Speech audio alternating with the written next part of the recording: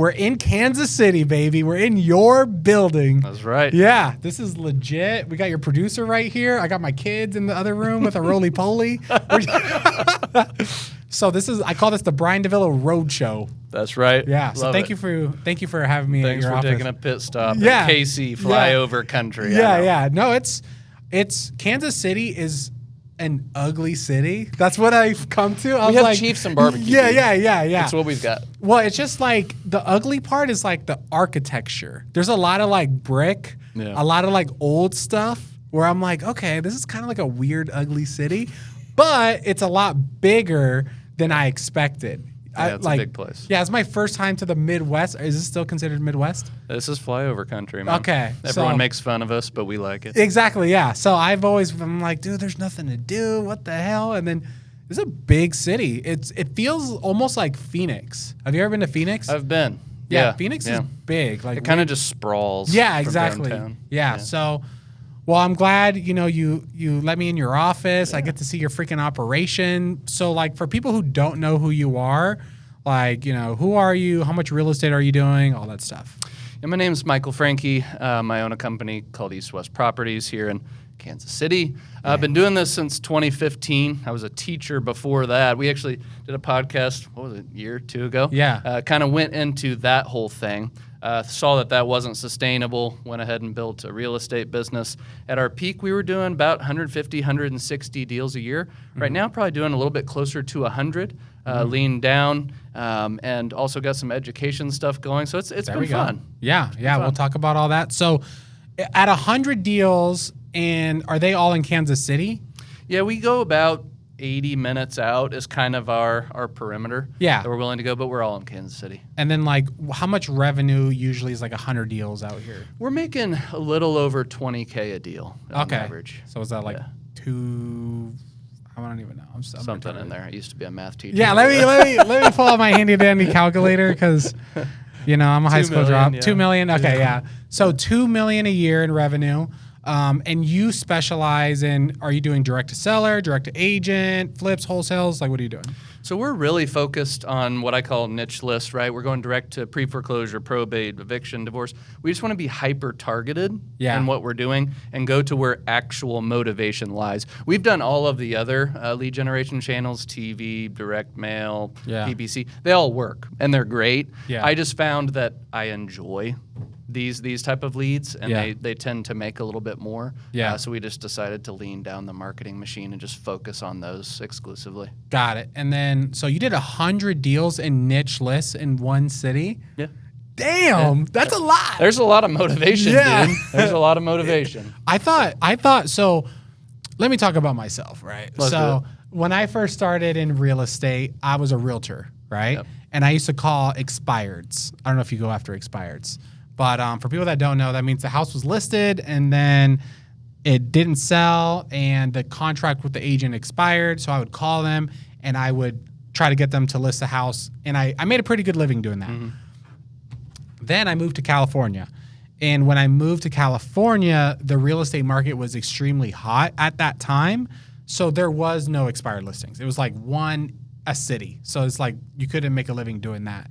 So then I started doing pre-foreclosures. And then I got really good at pre-foreclosures up until COVID. And then COVID started. And since then, I've completely just like been out of the pre-foreclosure game. We got to get you back on the bandwagon. You just sold me. I'm like, dude, give me a niche list. How much is your data? No, I'm joking. But yeah, so I'm like, okay, is there that much like distress deals? So just think about it this way. I'll use Kansas City numbers where you're out in Cali, right? So a little bit higher there more than likely. But in Kansas City, there's give or take 100 to 150 families that are actively in foreclosure that have a sale date right now. Okay. And there's probably 300 to 400 that are in notice of default or some phase of it. And that's just one list. So imagine if you have probate. People are always dying. How big is that list usually? Probate, there's probably 400 or 500 of them that we're going after at any given time in this market. So if you factor in all niche lists, right, and in Kansas City, you're probably 1,000 to 1,500 people at any given time that you're going after. And if you want a good business, you only need 2, 3, 5, 10 deals depending on your business to do well. So. Okay, so you're saying there's 1,000 active distress sellers at a time. And at minimum. At minimum. And then you'll do about 8 to 10 deals with them a month. Correct. Got it. Okay. So, like, what separates you from everyone else? Because I know, like, when I used to go after, let me talk about myself some more. It's my favorite subject. So, when I first started calling NODs, right, I was getting them from a service called Redex. And it's when Redex first came out. This is like 2016, 2017, around there. This is like when it first came out. I was calling them, and they're like, who is this? You're the first person that called me. And I was like, oh, damn. Like, that's good. And I was calling them. I would get like a contract every other day. Like, I was getting listings, and then eventually started flipping because I learned about distress. But after doing that for a year or a year and a half, then it turned into like, you're the 10th person that called me today. Right. And then I go to the appointments, and then there's a stack of mail. I walk up, there's someone already door knocking. It just got hyper competitive. So, like, I'm pretty sure you're not the only person going after these deals. So, like, what separates you from everyone else? No, it's interesting. My story is kind of the same. I started going after these foreclosures in 2018, right? And I was broke and went and knocked a door that was in foreclosure, made $50,000 on it. I was like, oh my gosh, this is something that I need to be doing. Well, then it was like, I used Lead Sherpa back in the day, okay? Yeah. So I would pull these leads in, I would skip trace them, and I would just kind of sit there and click the button 100 times, and I would set up 3 or 4 appointments, and then I would lock up one of them, and it got to the point where I was doing 3 or 4 a week. Well, then my big mouth started blabbing about this on social and how to do it, right? Look at you, still doing it. Yep, still doing it, still doing it. So there, of course, were some other competitors in the area. So then you had to improve your game. It's like, hey, can I get there faster, like you were saying? Yeah. Can I improve my sales process, of which I've developed a whole process of how to speak to these people? Can you build what I call a power team around you of attorneys, title companies, lenders, to where you can actually perform for these people? Yeah. So you build this kind of trusted advisor brand around yourself instead of an investor. Like, hey, I can give you a cash offer for your house that's foreclosing next week. I become the trusted advisor where I'm going through all of the options they have, actually exploring all of those, weeding out the ones that are like, this is not likely, and then guiding them down the path, whether I end up buying the house or not. I'm guiding them down the correct path. So I build this credibility up to where they're like, hey, look, if I'm going to end up selling my house, I've talked to 3, 4, 5 of these guys now. All these guys were kind of the investor type. Michael was a little bit different. So I just try to frame myself that way. Got it. So you're still the one talking to these sellers. I love it. Got it. Okay. So I get a lot of positive feedback from this podcast because I like go deep into everything, right? Please. And you've been on here before, so you know. So, like, what does your team look like now? So the crux of it is my transaction coordinator. I met her. I would not. Her name's Christina. I would not be organized without this woman. Yeah. So she is going and talking to all the sellers after we get them under contract, running them through title, helping me get foreclosure sales stopped and postponed. Oh yeah. That's a lot. Just communicating everything. So she's kind of the crux of it. Then there's myself. I have my father, who is my financial guy. He takes care of getting all of our lenders the money in so that we can go ahead and buy these houses, takes care of all our finances. We've got the kids are going crazy. Yeah, my kids are here. Yeah, the kids are going crazy. Yeah. We got a couple acquisition guys that are working the phones, working the doors, doing all that type of stuff. They act kind of as setters for me. Because I love to, I love talking to sellers. Being in the living room and solving their problems gives me a lot of joy. And I feel like in the city, I'm the person that can solve these problems the best, so I should be in there. Okay. But at the same time, get some content and all that type of stuff. And then we're lean, Brian. Hold on, so it's we're like small. your TC, your dad, you. How many setters? Just one Just or two. one setter, and that's it? Yeah, And that's the it. content guy? And content guy, and There you go. that's the whole niche side. We got okay, so he's not on this Austin thing. and Abby, my community So you have manager. 4 but- people. Yeah. And we're you guys small. had $2 million. Yeah. Dang. When you have pretty big deal sizes on these motivated deals, you can make 30, 40, 50 a deal sometimes. So you don't have to necessarily do a ton of deals to do some decent volume revenue-wise. What about like, so, okay, that's your team. Setter, like what do they do exactly? So their goal is to go out, go to the houses. They need to get out there day one. We talked about speed to lead. This data comes out. They're at the door. They're seeing, hey, can I talk to the seller today? Yeah. Can I identify if that property is vacant? We love vacant properties. Okay, you love vacant. Okay? If you're not able to talk to someone, you're leaving some marketing, you're talking to some neighbors. But here's our kind of best deal type. Yeah. We're going to the house. We're finding that it has $100,000 in equity or more. We're seeing that it's vacant. Okay. If it's vacant, I usually know that someone has passed away or something has happened in that person's life that is traumatizing. Yeah. Okay. So we're then going into what I call the vacant process, where we're texting, calling, direct mailing. We're looking on social media. We're finding obits, open probate records, trying to track these people down. For example, let me give you a story. I had Ken, one of my acquisition guys next door. He goes to a house probably 4 or 5 miles from here. Wait, you have acquisition people too? I think you said well, he acts as a setter. Okay, got it. He acts as a setter. Got it. Interchangeable words. Yeah. So he goes to a house, day one, it's vacant, right? He looks online, does our vacant process, sees, oh, they opened a probate record like 6 months ago. What's going on?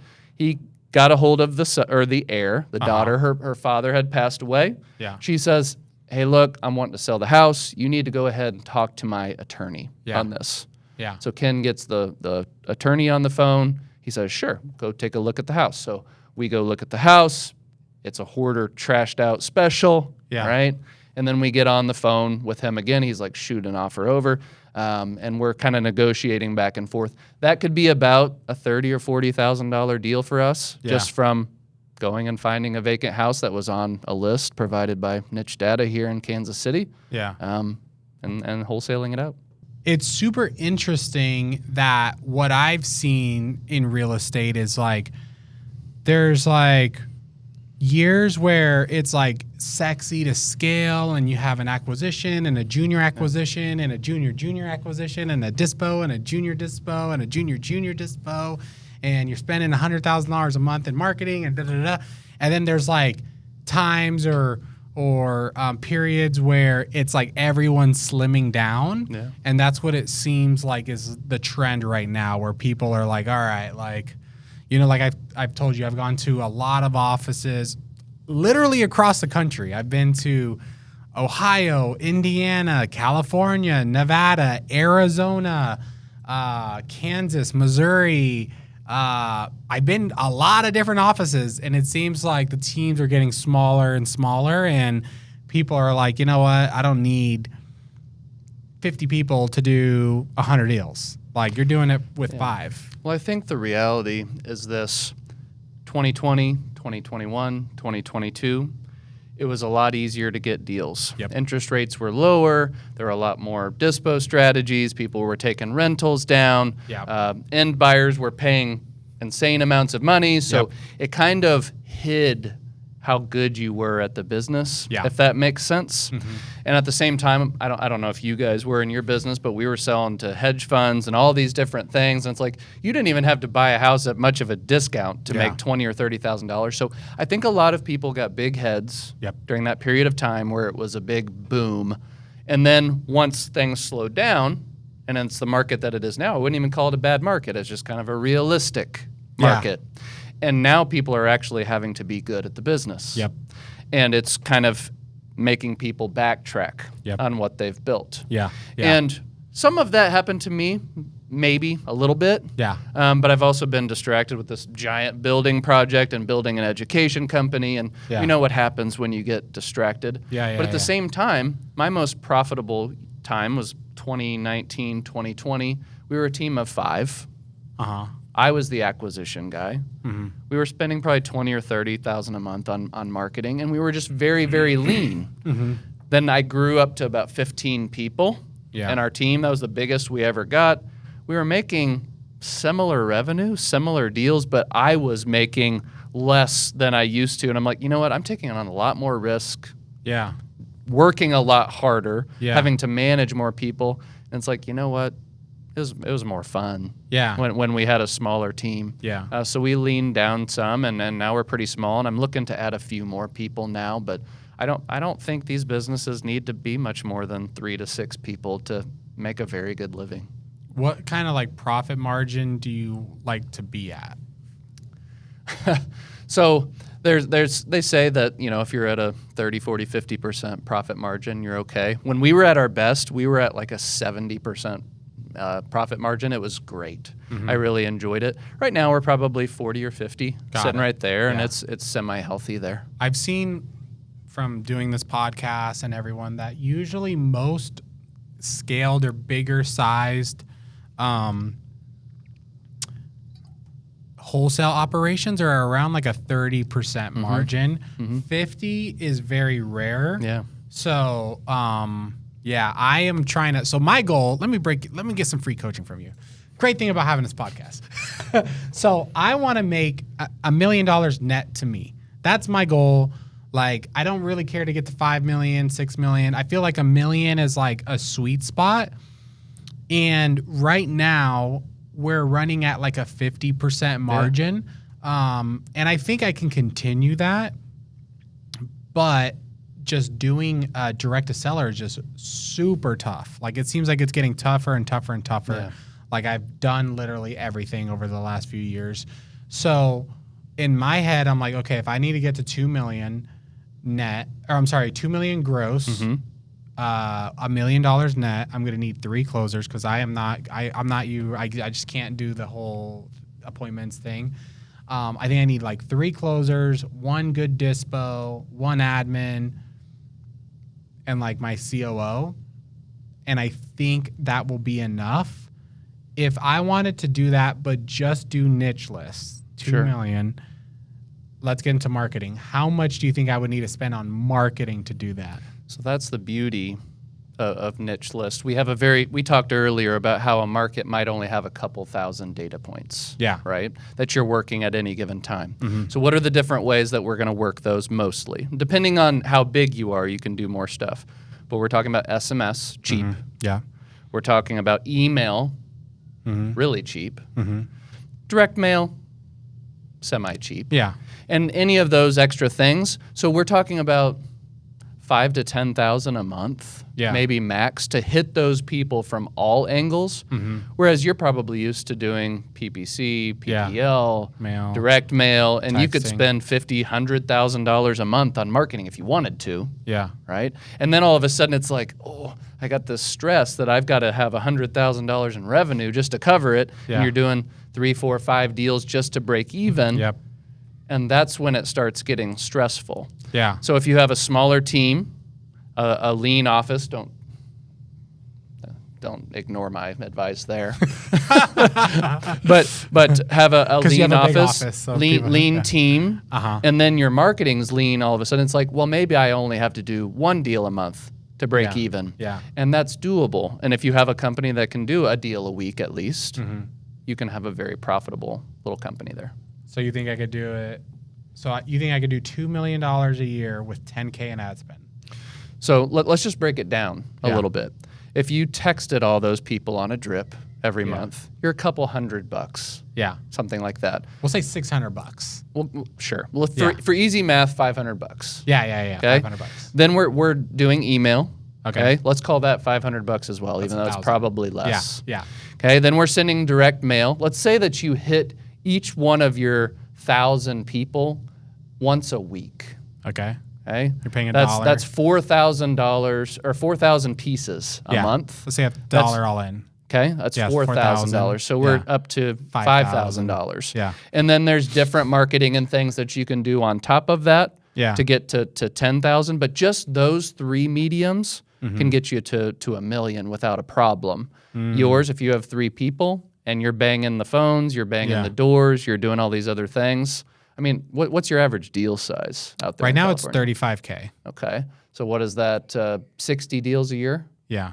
So you only have to do a little over 1 a week. 4 a month, yeah. Okay. Yeah. When I was doing niche lists by myself back in 2018, 2019, I got to the point where I was doing 4 deals a week by myself. Yeah. So if you have an acquisition team of 3 or 4 people, and they're hitting the most motivated people in every which way, it's unreasonable to think that they won't get a deal a week. Yeah. And you'll find if they're really motivated, maybe your 35 drifts up to 50. Yeah. Yeah. Yeah. So that's what so then you only have to do 40 deals a year to hit your 2 million gross. Yeah. Because I think like mass marketing is like slowly not being, it's like not mass marketing is not profitable anymore. Like everyone that I know that does mass marketing, like their sales team has to be freaking dialed in, and they have to be getting some referrals and some MLS stuff to like offset the cost of marketing. Cause it's just like most people can't afford it. Fortunately, you and I have been in this for a while. I've been in when texting started, okay? Or at least it was new to real estate. Yeah. When PPL started, and it was like I could buy a PPL lead for 50 or 75 bucks. I only needed 10 of them to get a deal, and I could make 25 grand. It made a lot of sense. My ROI was generally 12 to 14x. Great, let's do this all day long. Yeah. But as it became more popular, more people got in. Now in Kansas City, you're paying $400 or $500 a lead. You're probably having to go through 20 or 30 of them. And at least my ROI, maybe some of you have done better, but it's down to like 3.5 on those type of things. And that's not exciting to me. No, not anything below a 4x return on ad spend sucks, in my opinion. Like, if you could spend 100 and make 400, would you do it? It's like, bro, that sounds good. It sounds good, but then like after paying everyone, or if you have one bad month, you're broken even, right? Well, and then it gets worse than that, even because of the toll of the toll it takes on your team. So let's imagine your ROI is less. Yeah. You're feeling stressed to get some contracts because you've got to pay for your overhead. You're going to these appointments that have 3, 4, or 5 offers, and now you're having to offer too much. Yep.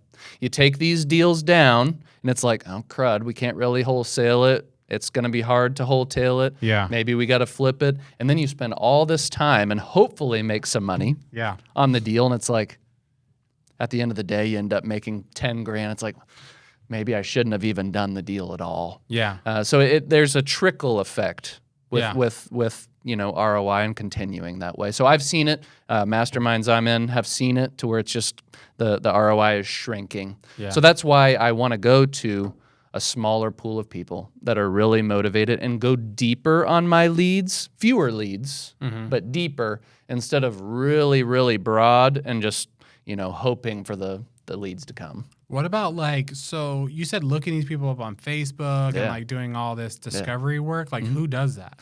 So a lot of my setters do it. I also have some VAs that I consider to be researchers. So imagine you have an acquisition person or setter. I should use the same terminology. They go out to a house.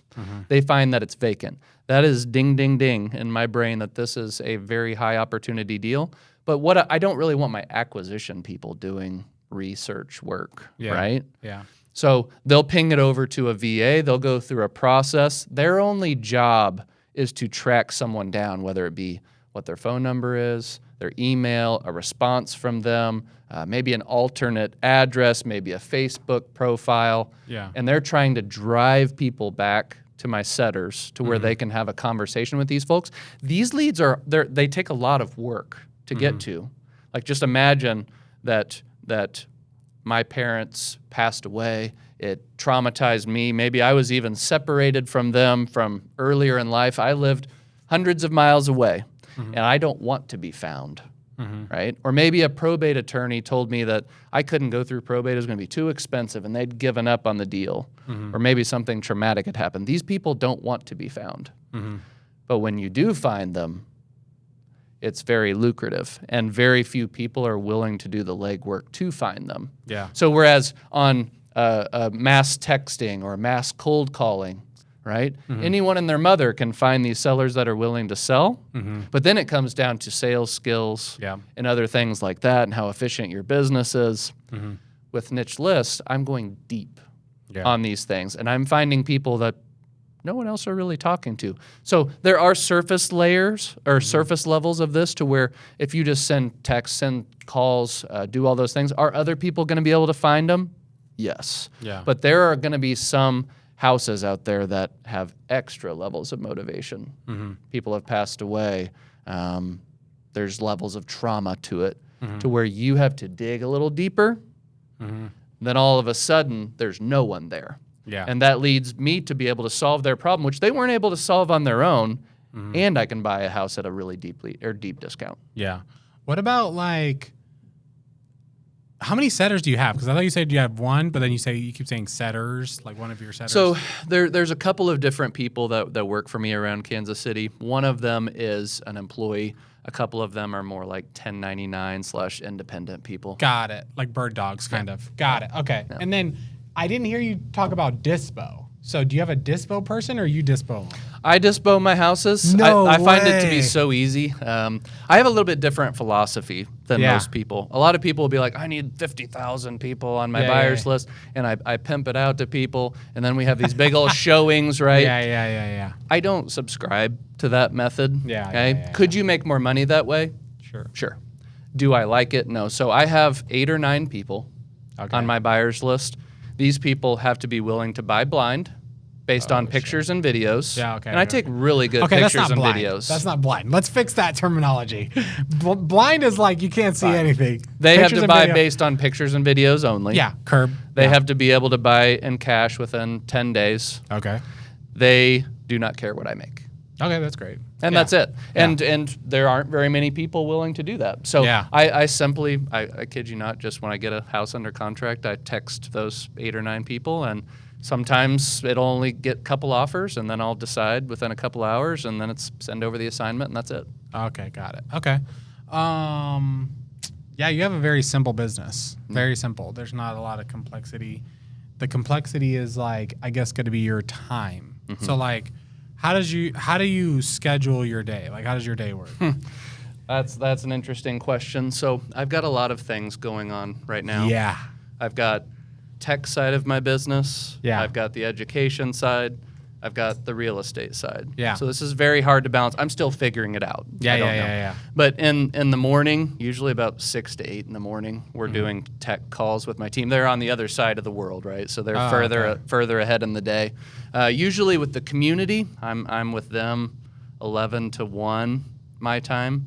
And then any time that's not in that period is real estate bouncing around. So I try to block it out, but it is difficult. And that's why they say don't try to spread yourself too thin, because it's hard to manage. Yeah, I think for me, I've had different seasons where it's like all in on real estate, all in on education, all in on this. Right now, I'm in a period of like all in on real estate flipping and wholesaling, but then I'm also trying to build a rental portfolio. Yeah. That's why I'm here. Yeah. To buy houses. So I want to be on your buyers list. But I bought 2 out here. We're writing 2 offers on other ones today.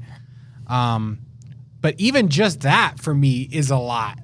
Like, you know, and then my family too. So I have 4 kids. My wife's pregnant. Like we got my father-in-law for anyone that's been following along with that. And so like, you know, and my faith. Trying to be a great Christian. So I got my faith, my family, my business, and trying to buy rentals. I'm like, dude, it's so hard. Like, I don't know, like, how are you balancing all this? Because you have a family also. So at the end of the day, I have a very supportive spouse. Her name's Melanie.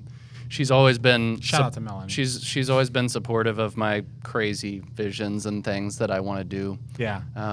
She stays at home with the kids, but I talk about this with my community all the time, that you have to have a vision for your life, and some people have a more relaxed vision to where it's like, hey, let's grind for a season and then we're kind of chill. Yeah. My vision doesn't really allow for that. It's very, very large, and I have a lot of aspirations. So there are times when it's really difficult. And it's just like, dang, I wish I could just go hang out on the beach or take a nap or something. But when I wrote this vision, I consulted with the man upstairs. It's like, it's not just mine. It's his. He's brought this vision into my mind. And sometimes it's just like, can we tone it down? Just like relax for a while. But I don't necessarily feel like I'm here to have pleasure or relax or do things for me. Dang. It's meant to build things with the gifts that the Lord has given me to try to impact as many people as possible.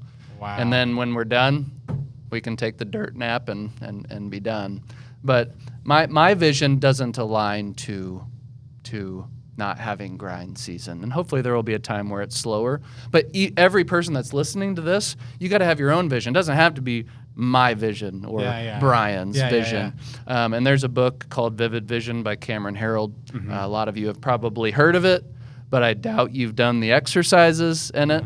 And I spent a lot of time on developing what mine is, and I encourage people in my community to do the same. Yeah, so that's actually, so I'm on a road trip, right, across the country, and because I'm doing this, I have a lot of time, right? We're about to go to Denver. That's like 8 hours away. Yeah. And I've been thinking a lot about like, okay, like what exactly, because I was forced out of my routine because my father-in-law got sick. We're like, okay, we're going to go to Louisville and we're going to be there. So came out here. I was like, okay, we're on a time change. Okay, I have my kids. My kids are in the other room screaming. So I apologize and apologize to your producer. But so I'm like, okay, now I got my kids with me all the time, right? So I'm like, okay, like now I've been thinking like, what do I really, really want my life to look like? For me, I did the grind season. There was like 3 to 4 years in the very beginning of my career. I worked every single day. Yeah. Like I cold called on Sundays. I cold called during the weekends. I cold called on the Super Bowl. I cold called on Thanksgiving. I did it.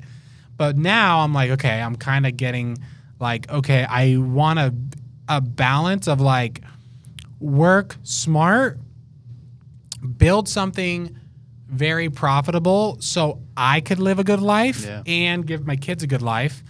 But I don't want to sacrifice lifestyle because I just don't care, because I feel like for me personally, I don't enjoy the hustle like I used to. Yeah. I really don't. And I for some reason, I'm just like, my temper is just so short now that when something is just like, I have to dumb it down for people, I just start losing patience. What is success? I'm going to turn it around on you. Oh, no. Turn it around on you. No, I like asking questions.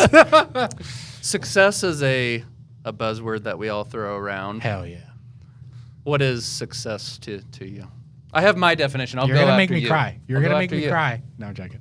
To me, success is me feeling fulfilled and me helping my children and wife be fulfilled and my team being happy and fulfilled. That's it. Love that. Yeah, I don't care about legacy. And it's funny because I give myself credit because I've always thought of myself as not the smartest person. So I always rely on other people, right?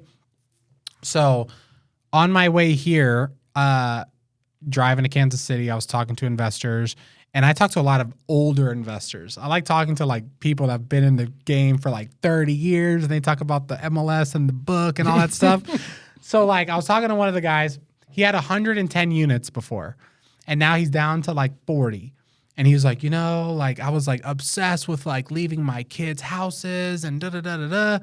And then I started realizing, I'm like, dude, most of the houses that we're buying were inherited to a child, and they're just dumping it, and they don't give a crap about it, and they're not interested in real estate.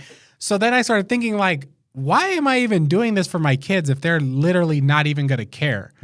And then he turned to like, let me just make enough reoccurring revenue or passive income from my rentals where I'm happy and I could spend time with my kids and go to Puerto Rico when I want, go to Mexico, go to this, go to that, go to that.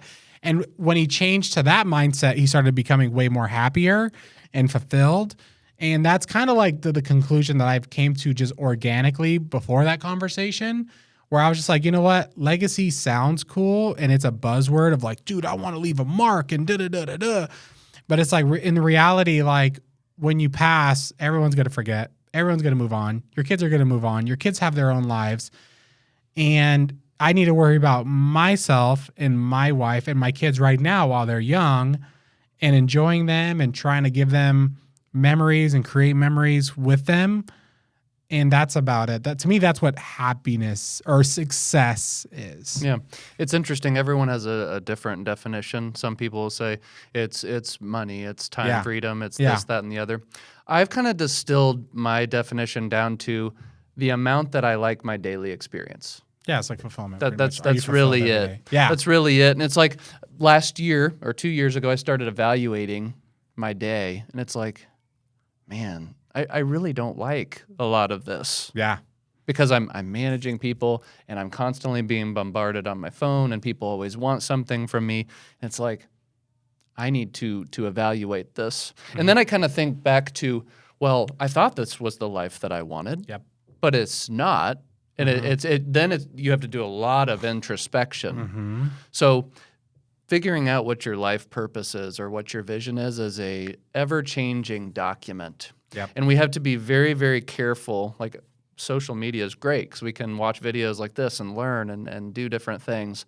But at the same time, when we evaluate our vision based on other people's vision, we get in a big trap. And then we build that thing that we thought was going to be super cool. It's like, I hate this thing. Yep. Then you've got to deconstruct it. Yep. So we really should spend so much more time on evaluating our life because sometimes our ideal life is much more simple than we think. 100%. And so things could also change. So there was a period of time where I was like obsessed with education. I loved helping people. I was like into the community. I was into all these things. And then I slowly was just like, like this isn't like as fulfilling as it was before, right? So sometimes you could do something and it's great. And then something changes, and then you're like, hey, I don't want to do this anymore. Like, I'm kind of like, I used to live in California, then we moved to Vegas, and now I'm like, okay, maybe I want to move back to California. So things change. So just being willing to make hard decisions where maybe you built something, and then later on you're just like, I don't want to do this anymore. I want to do something else. And I think a lot of times we're so busy that we don't take the quiet hours of the day to really think about this stuff. Yeah. So then we put up with it for months or years or decades even, and then your life sneaks away. Yep. Because I think about this all the time right now because my family's life expectancy is not very good. Most of my grandparents, et cetera, die right around 70. I'm 30. I feel like that's pretty good. I'm 36, about to turn 37. It's like I'm kind of middle-aged. So I start having these weird thoughts, like wanting to move to different places and do different stuff. My wife's like, what's wrong with you? And I'm like, I'm going through a midlife crisis. She's like, you're 36. And it's like, yeah, it's midlife. Yeah. But I think a lot of us, we let life slip by. 100%. And the other day I started thinking, it's like, I was just 20 a few days ago, and now I'm 36. Mm-hmm. My kids are growing. They're like weeds. And it's like, if you don't take the time to really sit back and evaluate what you want, life's not going to wait. I know. I feel like my family's life expectancy is worse than yours because I've had 2 grandparents pass away from cancer. Yeah. Both of my parents have had cancer in their 50s. Same. And I'm 34. Mm-hmm. So I have you beat. But I think about that a lot where I'm like, dang. I'll let you win that one. Yeah, okay, thank you. I'm just hyper competitive. I'm like, no, I'm gonna die first. No, but like I think I've had those deep conversations with myself because I saw my mom fight cancer and she's like 54. Yeah. My dad had cancer. He's like 51, and I'm like, dang, like if I'm 34, I could have 16 years left. That's crazy. Then I have this paradox in my mind. Yeah. Okay, because my family, you said that your family's going through some health stuff. Yeah. So my grandmother has dementia right now. I'm watching my mom go through taking care of her, and it's heartbreaking. My father's sister just passed away of cancer. And at the same time, her husband could not handle that situation and had some sort of mental break. He's a mess right now. Yeah. So I'm watching all this going on, and they're all in their 60s. Yeah. And I'm like, part of me wants to grind and build and the legacy thing. Yeah. Right? And accomplish that. But then at the same time, it's like, but I may not have that much time. We don't know what life's going to bring. So it's just this constant yin and yang between balance, rest, hang out with the family, just enjoy what God's given, and use all the talents that he's given to build something really cool. So I think this is just something where you have to evaluate it constantly. Yeah. And you've probably been going through that yourself and having those conversations and in your own mind. 100%. So I'll give the listeners context. So, I married my wife 10 years ago, and I moved into her parents' house with her parents. Nice. So it's me, my wife, her parents, and my oldest son that I had before my wife, right? So that's pretty embarrassing, right? I was a grown man, living with my wife's parents. I was like 24, so I was grown, right? And her dad's name is Robert, so I'll just use his name. His name's Robert. And Robert he's 85 right now, so that's 10 years ago. He's like 75, right? This guy Robert sometimes would wake up before me. He's like, Mr. like, what are we doing? Oh, you need me to take this down? I'll take it down. You need me to go take the boxes to the thing? I'll go do that. He still works. Like, he worked until he went to the hospital recently. So that was like my first, and I grew up without a father. So I did not have a dad growing up. My dad was not there. And I have a father, but I don't really have a father. Like, I could call my dad, but I never had that like, oh, this is my dad. I'm having issues. Let me call my dad. I never had that, right? This was like the first man that I'm like, okay, he's taking care of his kids. He has a business. He's close with God. He's still married to his wife. He's like, this guy's great, right? So I was like, okay, learning from this guy. And then during this trip, I've learned that, he grew up in California. He started a business in Louisville.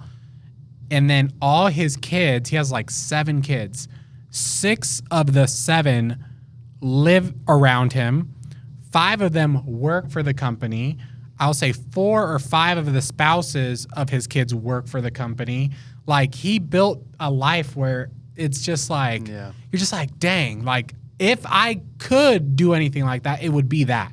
Where it's like the weekends, they're swimming and everyone's there, and it's like the kids and their kids and the daughter and her new husband, and you know what I'm saying? He built that, and I'm just like, dang, that would be like ultimate success for me, because it's just like, it's not like, oh, they go to Italy and they live on the beach.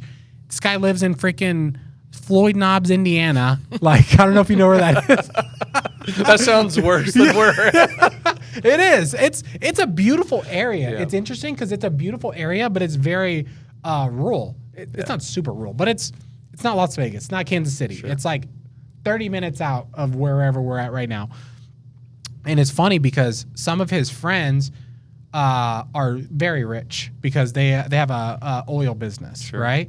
They come over, they got Wrangler shirts and freaking Skechers shoes, and like, if you looked at them, you were like, this guy is like not rich for sure, but they're wealthy, very wealthy. Like, they have estates with like multiple houses and all this stuff, right? And you're just like, dang, like, that's why like getting out of Vegas, it forced me to like sit here and kind of observe a different lifestyle. So now I'm like reshaping what success is. Before it was just like, hey, like, I want to be on stage. I want to be with this person. I want to be there. I want people to know me. I want people to freak out when they see me and take pictures and all these things. But then like now I'm like, okay, maybe I just want my family. Maybe I just want a really good relationship with my family and to be financially secure. Not like we're balling out. Like, I don't need a Gucci bag and a Gucci shirt, but like, we're just okay. Yeah. It's interesting. I've been reading a lot about simplicity lately. Yeah.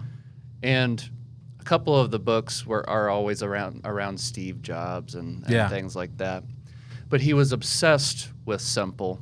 And they always talked about at Apple, they would beat employees with the complexity stick, right? Yeah. And I feel like sometimes we forget how simple our lives can be to still be successful. And we feel like we got to build these mega empires. Yeah. And it just gets more and more and more complex. Yep. And we're just like, I'm a simple creature. Yeah. What do I want? I want to be able to wake up when I want. I want to be able to have breakfast with my family. I want to go work for a few hours on really impactful stuff that I find meaningful, and that can hopefully bring meaning to a lot of people. And I want to go home and enjoy my family and have plenty of money to do it. Yeah. And sometimes building something simple is very difficult. Yep. And finding what simple actually is for you takes a lot of effort. Yeah. Like when we look at our iPhones, right? They come out of the box and it's just like, that thing just works. Yeah. It's amazing. But the amount of thought they had to do to put that thing together and for it to just work is a lot of time. So in our lives, we're going to have to spend a lot of time to really craft what that simple thing is. And as you start making decisions about your life, start beating yourself with the complexity stick. It's like, do I really want to add that level or a layer of complexity or not? Yeah. What about, okay, let's transition to the real estate market. Yeah. What do you think is happening to the real estate market, and are you buying rentals? So it's interesting with niche. I've got this nationwide group of people, so I'm able to kind of see what's going on in other markets. And the leading indicators in Phoenix, down in Florida, parts of Texas, it's a bloodbath right now. People aren't able to get their houses sold. It's a struggle. Investors are offering way less on things. Yeah. That's just what I'm seeing. So I've always seen that in those markets, 6-12 months down the road, it can lead to that in other markets. So I'm being a little conservative on stuff that I'm doing. I'm not taking down rentals right now because I'm trying to get rid of some of the bad rentals that I bought. I bought a lot of sub-2 houses over the last 4 or 5 years. Many of them were good, but I kept a lot of the homeowners in the house, did some risky stuff, and there was a lot of equity, but wanted to clean all that up. But if I find some really good sub-2 houses, 2.5%, 3%, that don't need a whole lot of work, I'll take them down. But I'm just trying to simplify right now. How many rentals did you buy?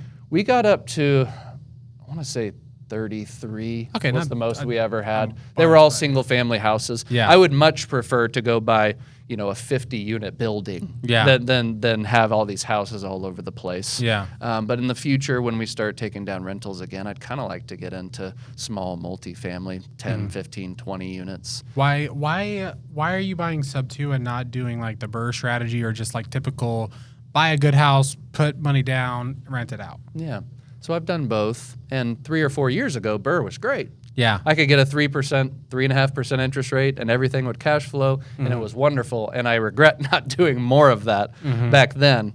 But now, what's the prevailing rate right now in the 6s? 7. 7. I'd say 7, yeah. So right now, it's if you get a rate at 7, it's going to be difficult to cash flow that thing, regardless of where you are in the country.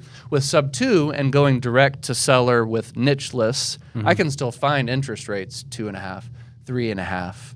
To where then if I need to do some fix up, I can take a private money lender and have them do a second mortgage. And then it can still really cash flow instead of the same house trying to go get a bank loan and getting a 7% interest. And it's like, oh, the numbers really don't work out. Yeah. Okay. So you care a lot about like the interest rate. That's like your main. It's part of it. It's part of it. Obviously, we have the tax benefits that are the sexy part. I mean, if I have a house that cash flows $200 or $300 a month, I'm not terribly excited about that. Yeah. But if I can, take depreciation from that house and beat down my tax burden, that's what's exciting. Like this building, I figured that's why it bled us dry on the renovation, right? Yeah. But then we did a cost seg study, and it was like, oh, well, that was a nice chop off the old tax burden. Yeah. And that's why you buy real estate, at least for me. The cash flow is just kind of a bonus. Exactly, yeah. Or so for me right now, I'm like, okay, I'm here to buy rentals. That's literally why I'm physically here. So I want to get on your buyers list, but I'm looking at it this is my take, right? In Las Vegas, right? I remember you could buy a fourplex for $250K, right? Yeah. And at the time, people were like, this is expensive. This is expensive. And I was like, man, it is expensive. And then I moved to California, and then I was like, oh, that's cheap. Like, that's cheap, guys. Like, I have perspective now. So I kept buying rentals in Vegas and in California. And now in California, you can't buy rentals at cash flow. Yeah. Before you could, and people said you couldn't, you couldn't, but you could. Now you really can't. Like, it's just impossible, right? And Vegas is like right there. It's like literally give it 6 months, it's done. I think that same thing is going to happen to Kansas City. And why? Because now I have perspective. Mm-hmm. Because before I was like, man, these 200K houses are freaking expensive. And now they're 500. And I'm like, oh, like they were cheap. Just like you said, oh, I wish I would have bought more. Yes. I think what's going to happen to Kansas City and some of these other markets is they're going to turn into the Las Vegas where they're not California, but these 200K houses are going to be 400, 500K in the next handful of years. And then everyone's going to be like, dude, I wish I would have bought, man. I wish I would have bought. But you're supposed to do it right now. Because I believe buying rentals for cash flow or even just as an investment will be a thing of the past. People won't be able to do it anymore because you're going to buy a 400K house that will lose $1,000 a month, where right now you could buy a 200K house that breaks even. Right. That's what I think is going to happen. Yeah, it's interesting to have watched this market over the last few years because for a long time it really wasn't that competitive. Yeah. Right? Compared to a Phoenix where it's just awful or something like that. But then people realized California, New York, Texas, we can't cash flow anymore. Yeah. So then they're like, well, I guess I could go up to a couple of different markets in the Midwest, one of them being Kansas City. Yeah. And all the time I'm seeing these hedge funds and these different buyers. I'm like, who are these people? Yeah. It's like they're buying rentals up here because they couldn't find it elsewhere. Exactly. The two rentals that I bought, I beat out other investors, and I knew they were trying to flip it, and I bid it above them because I didn't give a crap because I was going to hold it. Yeah. And I hope someone's listening to this and they get it. These houses are going to be more expensive. So if you are so like dumb that you think, oh, well, I'll buy the house that I want in 5 years. It's like, bro, you better try to buy it right now because you're going to have to make so much more income in 5 years because the houses are going to get way more expensive because people like me, I'm from Southern California and I'm here in California or in Kansas City. They're going to start being like, dude, you can't buy anything. Where I used to live, the cheapest house was $500K. And when I say that, most people are like, oh, like a little 3-2 house with a garage. No, I'm talking about the cheapest house in the entire city was $500K. What do you think that house looks like? Abandoned, 1 bed, 1 bath, 300 square feet. That's the price that it's gotten to. And I believe that's going to happen here. Well, it is happening here. Like when I started, there were neighborhoods that you could buy houses for 50 grand, let's say. Those houses now, if you can buy them off market for 150, 175, you're doing well. There's no houses on the market under 200K in this area. It's obviously, relative compared to California, but it's going that direction where things have basically tripled. Yeah. And then I think people get tricked because now I'm learning where they go online, they see a house for 50K here, and they're like, oh, like there's still houses for 50K, but they don't understand that's nothing. That house is destroyed. Yeah. Like you could push the house over. That's just land. You're looking at land value. Right. So yeah, I hope anyone listening to this, they realize like you need to buy whatever you want to buy as soon as possible because it's only going to get more expensive. Vegas is dead. The real estate market in Vegas is dead, but house values are still going up. Year over year, the house values are still going up, even though days on market's going up, even though interest rates are going up, even though there's less buyers. Why? People are coming in from California, and the 900K house there is way nicer than a 900K house in California, and it's happening in Texas, it's happening in New York, it's happening in Atlanta, Georgia. Florida's getting decimated, and people can't afford the insurance and all that stuff, so they're moving inland, and people better take advantage. And then finally, people get to the point where they come to Kansas City with our ugly buildings. ugly city. It is an ugly city, but it's beautiful. It's beautiful. It has its own. It's like the side chick that you're like you don't want to claim, but they're there. So you're just like they're loyal. So I don't have any side chicks. Yeah. That's old Brian. That's before marriage. But you get what I'm saying.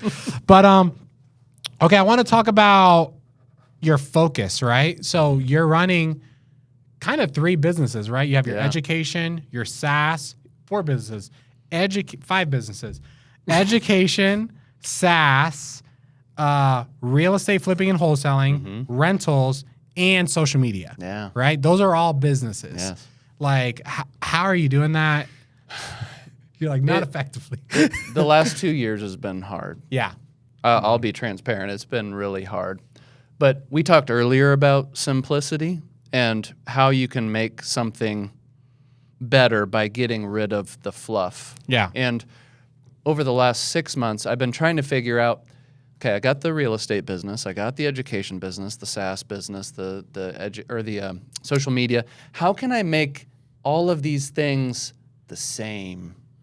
They're all one group of people, all going through to the same direction. And that's really what I've been trying to figure out. Like, how do you integrate all these things into one thing? So it's like, I got the acquisition thing in Kansas City. Well, what if I have a bunch of community members and they're using our data and our products and they're getting a lot of deals? Well, they're not going to be able to take all of them down. So it's like, well, I'm already hanging out with them. May as well do JV deals with them. So it's like, instead of just doing acquisitions here, which I still love and want to do, but it's like, what if it was inward facing towards the community I have?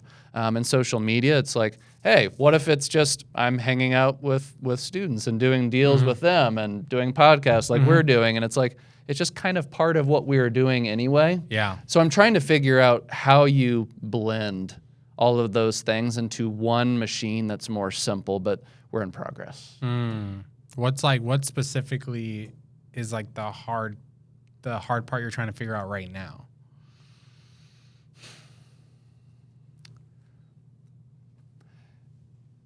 Earlier, we talked about how when you're building a big machine, it can get really complex. Yeah. And it's not like, hey, I decided that I don't want that anymore, so I can just take that machine and throw it in the trash. Yeah. You kind of have to take the pieces apart and rebuild it some. So it's like if it's a car, I'm rebuilding the engine to where it runs now. And then that can be kind of complex.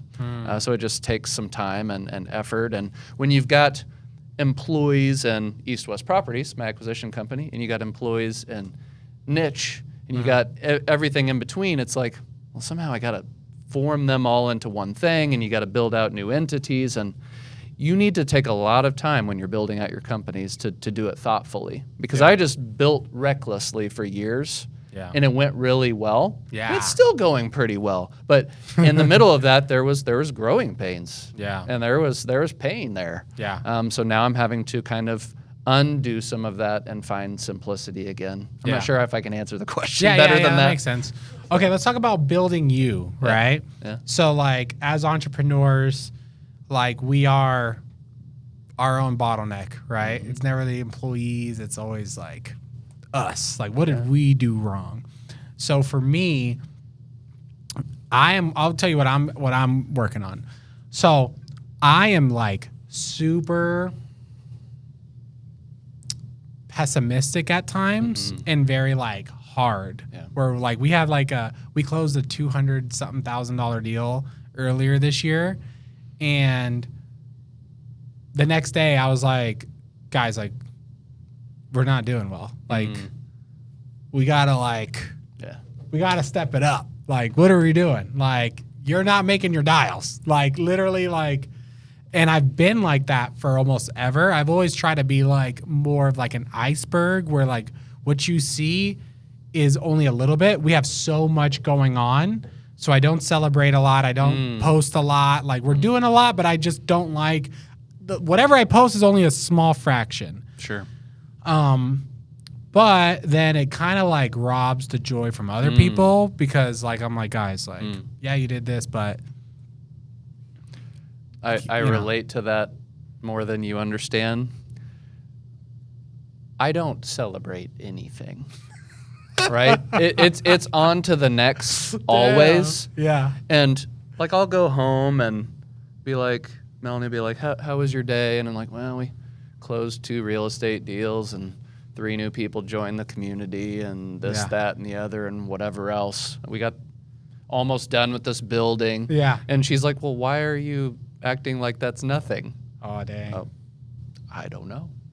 Dang. And so when you get into this hustle culture, you don't slow down enough to realize it's like, well, I started way over there and I'm right here. And then all of a sudden stuff gets ho-hum and we don't celebrate things. Yeah. It's just like yesterday, we closed a deal and I think it made like 35, nothing crazy. And it's just like, someone listens to that and they're like 35K's off. And it's just like, I didn't even think about it. Yeah. It's just like I signed the papers and like came back in here and made a YouTube video or something. And it's like, we just need to go back to the basics.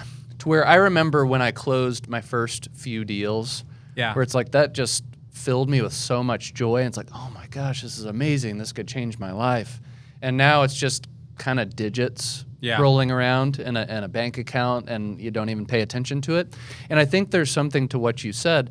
When I don't celebrate it, the team doesn't celebrate it. And then it's just like everyone's kind of walking around, not like zombies per se, but it's like, this should be celebrated. It's like, woo, let's enjoy this thing. And I see the people online, they like ring the gong and all this stuff. It's like, that's probably a little much for me, but it's like, let's really stop and enjoy what we just did. We made quite a bit of money. Everyone here is going to get a commission of some sort. We served a family. Like there's a lot of impact here. And I personally need to be way better about celebrating small wins. So like, I'll tell you a story. Here, come over here, Camilla. I want you guys to see my daughter, and I'm going to tell, you can come over here too, Levi, if you want. So before we started the podcast, we were in the other room, and then come back over here. And then I think you saw me on the phone, right? Yeah. My wife texts me. I'll show you the text. She texts me, and she's like, oh, call me. My brain is like negative. Right. I'm like, okay, rather something happened with her pregnancy, something happened. Okay, she said her dad. I was like, okay, her dad, like, he just had a tumor and they took it out. I'm like, okay, he's got to pass away. Like, that's where my brain went. I called her and my father-in-law's doctor said that they did a scan and that his tumor is completely gone. Oh, wow. Isn't that crazy? Praise the Lord. Isn't that crazy? Literally, like, we'll see, but he literally could be cancer-free now. And I thought, like, here's another problem, here's another thing, here's another that. And it's like, why am I, like, I wish I could figure out what that is. Like, so Vito doesn't have cancer anymore. Isn't that crazy? All right, go sit down. So, Ryan's like one of my best friends. Yeah. Ryan is like Mr. Like, if I'm like, hey, like, I got to tell you something. He's like, oh, what is it? Like, I always say he's delusionally optimistic. Everything is going to work. Everyone's great. Every day is a blessing. Everything is good. Like, we're like, dude, this client's pissed. Oh, well, like, why? Like, why would they be pissed? I don't get it. Like, oh, let's talk to them. Oh, they're good now. Like, he's delusionally optimistic, and his, like, strength is, like, faith. He has super high faith that everything's going to work. Everything's going to work out. And I'm, like, the complete opposite, where I'm like, no one likes us. We're doing terrible. No one's having success. I go to our events, and someone's like, hey, I made $50K. I'm like, but did you really? Like, I don't even know. Like, and it's not good. Here, you guys take my phone. Go to the other room. Here, never mind. That was a bad idea. We're doing gymnastics on the side. It's cool. Yeah. Go back to the other room. But that's like, how do we fix this? Have you tried to fix this? Have you really, really focused and try to fix this? That's a good question. I have delusional optimism for the long term. Yeah. Right. Down the road, I have full faith that what I have envisioned will happen. In the meantime, though, day by day, generally pessimistic. And it's just like, yeah, what problem's going to happen today? Yeah. Well, and then if something bad doesn't happen, I'm like, okay, well, something really bad's about to happen. We must have missed it. So that is a mindset. I've met Ryan a couple of times, and he comes across that way. Yeah. It's just like pretty lighthearted. And I haven't figured that out either. Have you really tried to focus and fix it? This is something that I pray about fairly regularly. I'm like, you know what? If I'm kind of have this pessimistic attitude, it's going to rub off on my wife. And your kids Then probably. it's going to rub off on my kids, and it's going to rub off on their kids. So I pray about it, but I'm human. Yeah. And I fail all the time. And it's like there are days where it's like, oh, I did better at that today, but then I fall back. But it's just constantly a refining process with the Lord for me. And I think that's a lifelong journey. Is there a Bible verse that like sticks out to you about that? Man. I try when I'm in seasons that are difficult to really focus on Proverbs, Psalms, just like praising the Lord in those times. I don't have one off the top of my head. Yeah. Do you have one that I should focus on? Because there is, but I don't have my phone. So I'm not ahead of you on this topic. Yeah. Well, no, I mean, it just came to my mind. It's not like something that I actively do, but I think it's like Romans 6 something, where it says like spot check Austin. Yeah. Do you have a Bible app on your phone? Yeah. Can you look up like God in every situation? God. Yeah. Look up God. No, if you actually go on ChatGPT and say, where in Romans does it say that in all situations that God is working for your good? If you're a believer, do you know? Yeah, I know the verse. Yeah.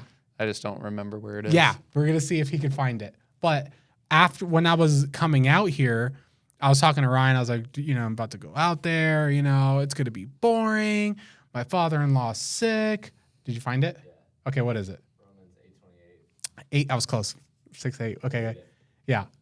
And we know that for those who love God, all things work together for good for those who are called according to His purpose. Yeah, we'll put it on the screen or something. But like for those that believe, can you say the first part slowly? Yeah.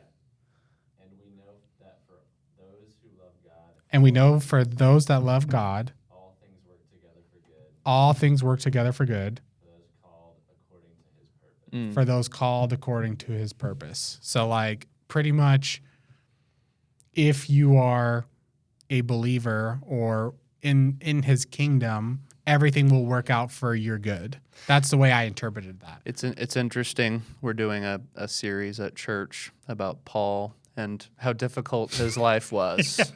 And I can't remember what verse it was. I really should be better at memorizing these things. But Paul's in prison, going through the worst things. Yeah. And I would probably, and sounds like maybe you'd be like, oh my gosh, this is the worst thing ever. Paul's like, Rejoice. I converted the full prison. This is really? amazing. Yeah, it's just this is the best place ever. And it's like he gets shipwrecked and he gets all these different things. And he's always like, you know what? The Lord is going to use this thing. Yeah. And this is something that all of us can work on and pray for. It's like, how can we find that more optimistic attitude? Because it has a ripple effect too. Not only am I going to have a more joyful life, and my definition of success was how much do I enjoy my daily experience. If you're not positive, you're not going to enjoy it. But if other people see that, they're going to start being like that as well. One of my favorite chapters in the Bible is Philippians 4.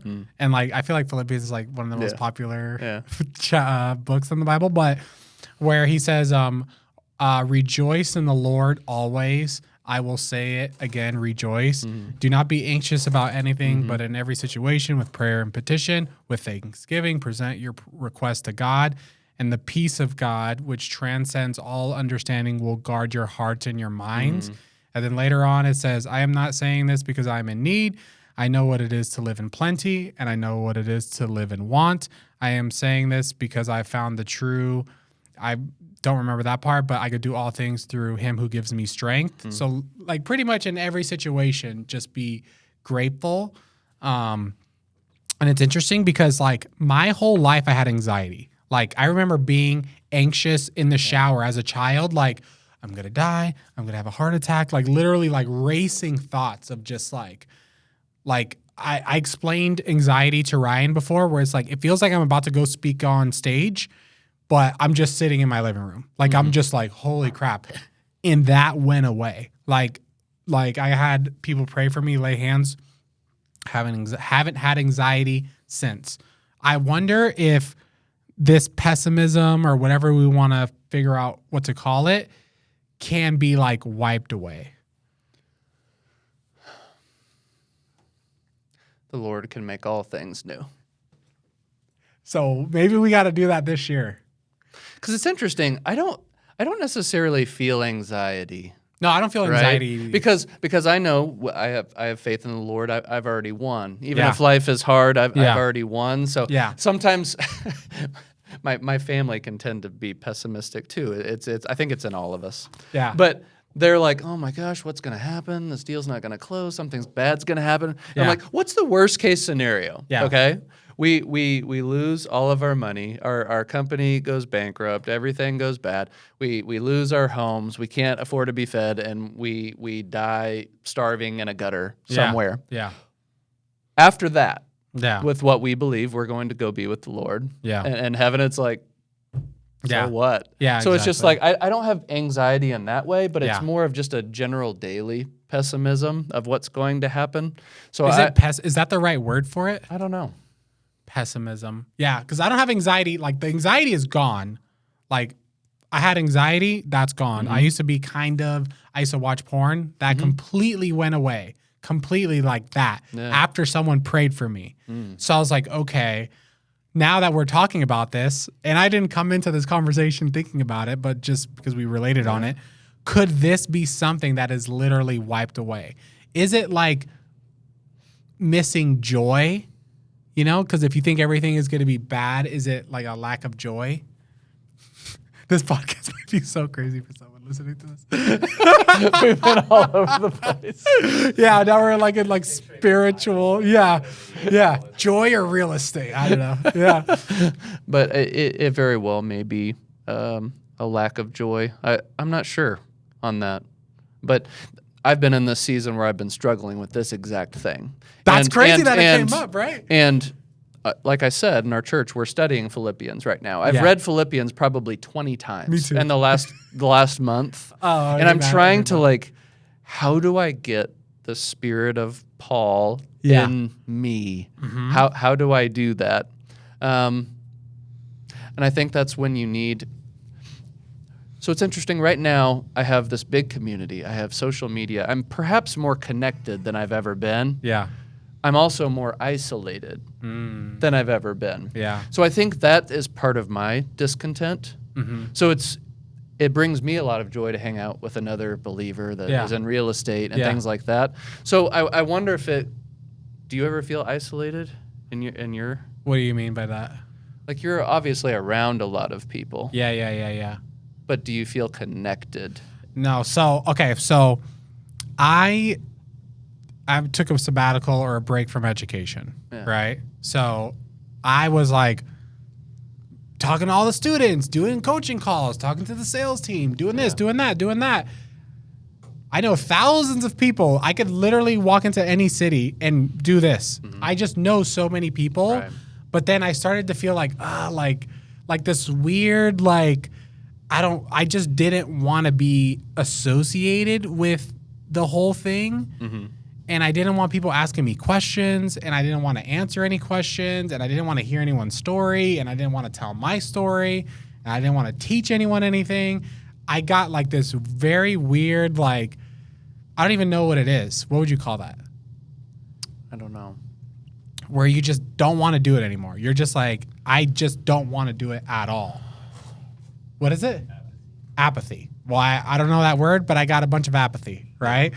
And then after that, I was just like, okay, I want to be alone. Like, I was just like, I want a small team. I don't want to talk to anyone. And then I've been doing that. And then I got really into the Bible and like studying the Bible. So then I started having a Bible study, and then, I don't know if you saw, we're baptizing people, all this. I saw that growth. And then I started experiencing, how in real estate, you could see someone new and then them transform into a real estate investor. And you're like, remember you used to be an idiot and now you're wholesaling deals? Like, that's great, right? Yeah. I started seeing that with like people's faith, where they come into like, do I really have to tithe? Can I sleep around and still be Christian? And then go to like tithing and getting married and like getting baptized and really transforming. And I started seeing that, and I'm like, okay, that's very fulfilling. So like that is where I started getting way more fulfillment, where it used to be like student transformation, then it's like life transformation. And then I was like, okay, like, but am I giving that same thing to my kids?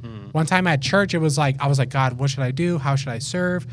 And I don't know if it was me or the Holy Spirit, but I was like, it's like, just focus on being a better husband. And then I was like, okay, like, then my wife got baptized. Like at first it was just me, and then I started taking my kids, and then my wife started going to church, and then she got baptized. And now I'm like, okay, like, am I like focused on all this other crap when I'm like, my main thing should be my kids and my wife. And like, if they're not spiritually getting fed by me because I'm like all over the place, am I just missing the whole thing? I don't know if that answers the question. So that's like a brain wash or brain dump, like on air. So I feel like the happiest times for me are when I'm experiencing significant amounts of growth, whether it be in entrepreneurship or whatever it might be. And I think times where I feel like we've been discussing, we're overly pessimistic, anxious, whatever the word might be for you, could that be a period of time where you're spiritually plateauing, where you haven't taken your next step in a long time with the Lord, and He's just kind of waiting? The reason I'm thinking of this is they talked about this at church, and Melanie's like, I feel like we haven't taken a next step in quite some time. Okay. It's like we're not growing in a group with our church. We're not serving enough. We're not doing these things. And it's like, maybe I'm feeling this way and not having as much joy because I'm not growing spiritually. And it's like, in the past, grow spiritually really quick, but we've been on a plateau for a while, and the Lord's like, I really need you to come to me and grow closer to me. And then perhaps when you do that and submit, you take that next step, and maybe you feel some more of that joy. That's just a hypothesis. I don't know. So, like, I'll tell you this. So, there are times where I'm going through like a hard season or pessimistic season where people around me will be like, you seem kind of on edge, or I make people cry, or I'm like getting into these heated debates with agents or whatever the case may be, right? And then there's other times where people are like, dude, you seem like way happy, or like other people start pointing it out to me, and I already know inside, and I feel like I could just burst out crying right now because I'm so happy. I have those periods too. But like, it's like, okay, how do I stay in that all the time? Like, of course there's going to be hard times, but like raise my level of joy where it's not like I'm battling every day. And it's like, what am I battling? Like, who am I battling? Like in real, it is a spiritual thing to get to, not to cut you off, but like the porn thing. I struggled with that for 10 years. Like, not crazy, but for sure it was a problem. One day they mentioned it at church, it went away.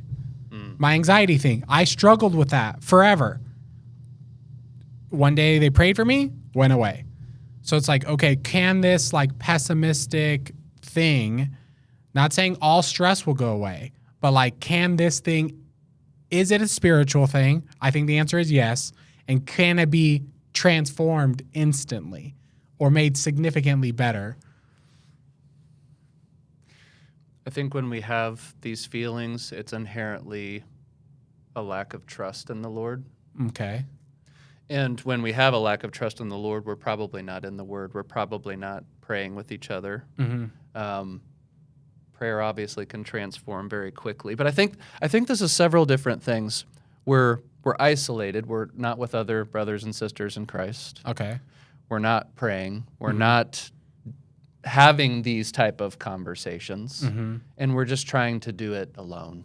Okay. And I think that's where the enemy wants us. Okay. Is to be in that season where it's just like, I just got to figure it out on my own and no one else. I have this belief inside of me that I live a life that no one else will understand. That's a weird belief. It is a weird belief because it's like, how many real estate investors have an education company and a SaaS company? No one else can understand me. Yeah. And so that belief lets the enemies crawl in and have me right where he wants me. And be like, you're right. And it's like, you're not with it. Who cares if these people don't do this thing? It's like, they're brothers and sisters in Christ at church. Okay? They can lay hands. They can pray for you and you them. And then I realize, I don't know the last time that happened. Yeah, that makes sense. Yeah. I think I could be a little bit spoiled because our office is very Christian. Like in our team meetings with my team, we read a Bible verse at the end of it and we kind of go around and talk about it. My church, I love my church. My church is really good. That's like one reason we wouldn't leave Vegas is because of my church. But I do think when I get isolated, it's more of my own fault. Not because the people aren't there. It's because I'm like, I'm busy. Like I can't serve. I can't do a Bible study right now. It's not the season. I'm like, I'm busy. And then before you know it, I'm anxious and pissed. And then I'm like, why am I like so anxious and pissed? And then it could be that I'm just like so isolated that I'm not like surrounded and I'm like not rooted in like the Holy Spirit, but I'm like just trying to force my way to like, if I force my way up to this, then I'll be good. And then I get to that thing and then it just doesn't even matter. I think it kind of brings us full circle back to the whole simplicity thing and how we're trying to do too much and we're too busy and then we don't hear the voice of the Lord's too loud to hear. And it's like if things are simple and slower, you can hear, and perhaps you make decisions better, and you have more peace and joy, and you have more time for people around you to experience that as well. Yeah. So if people are still here and they want to work with you, we're not I think we're just doing a counseling session for ourselves. For both of us are like, man, these guys got issues. Yeah. Well, it's true though, but I feel like the average person, can you relate to this or not really? Yeah? Okay. All right, cool. Not saying you're average, but I'm just saying like most people can relate to this because I'm like, dude, I see, and it's weird because sometimes I see it in my wife too, where something happens and she snaps. I'm like, why are you so pissed?